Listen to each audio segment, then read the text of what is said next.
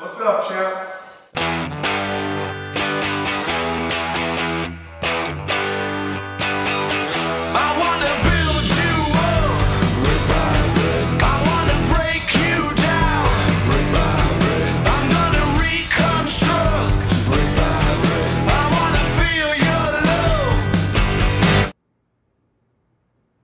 At some point, my father, as we were growing up, decided that it was important that we got to understand our culture. He would always say to me, the Indians know their culture, the Jewish folks know their culture, the Germans know their culture. As an African man living in the West, it's important that you know where you're from. So I moved from living in England to living in Africa, but more in the rural parts where my grandmother lived. So you can imagine, even to get food, we had to walk about 8 to 10 miles a day just to go to the farm. But my grandmother played a huge role in getting us acclimated. So she would have us work out with what we had in our environment. It could have been anything, but I distinctly remember her using tires because we had a lot of tires in the compound. So she would have the kids all work out with tires, but what she did was she used that as a platform to instill some life lessons in us. Like if we were working out and you quit pretty early in a routine, she would say, what would you do in life? You wouldn't have the benefit of quitting so early. You've got to learn to push yourself a little further. But she did it so often that we began to see the workout environment not as a workout, more as a way to empower our mind, spirit, and body.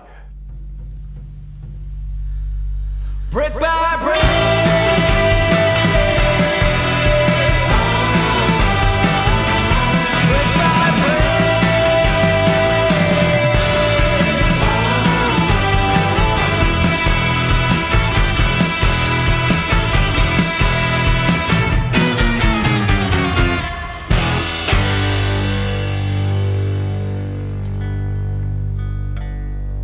So if you come to Amenzone, the culture is pretty clear. The minute you walk in, you're welcomed in by everybody else. And they push you. When you're struggling, you hear them talking to you. You can do it. Come on, I'll do it with you. We have it all the time. If you watch the entire class, the folks that run in first always go back outside to join the last person in line and bring them in.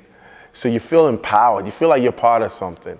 And that happened organically. There were no set rules in saying, oh, if someone's behind you, you need to go back and help. I know.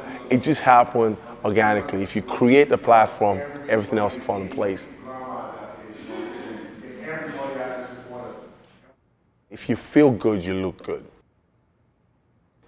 That's what I truly believe. That's what I subscribe to. So we decided instead of having mirrors, we'd have a wall full of inspiring words.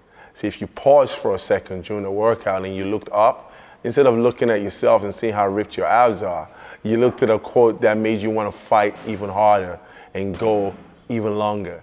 In the Western culture, it appears that they promote more the outside and just expect you to feel good inside. That's why you see these magazines and TV ads, and they always focus on the aesthetics. The spirituality part of it is the fact that we're always constantly moving, you know, and it's every workout you come to at Amenzone is really never really the same. You never start the same way or you never finish the same way. They're not in the same sequence. In life, anything can happen at any time. You don't want to have a repetitive kind of regimen. Spirituality is not like that. You know what, if you have a goal in mind, and I say this to my members, regardless of what you do in your life, if you have a goal in mind, you're going to have challenges along the way. But what most people do when they get challenges is that they change the goal instead of changing the path to the challenge. I want to leave a better word for my kids, but I'm going about it in a different way than most people would. I just don't want to do it for my kids. I want to do it for as many kids as possible. And that comes down to living a legacy. And that is a driving force for me. When I get up every day is how do I make a difference, not just today, but how do I make a difference that most people can adopt and travel out with it. That is my driving force.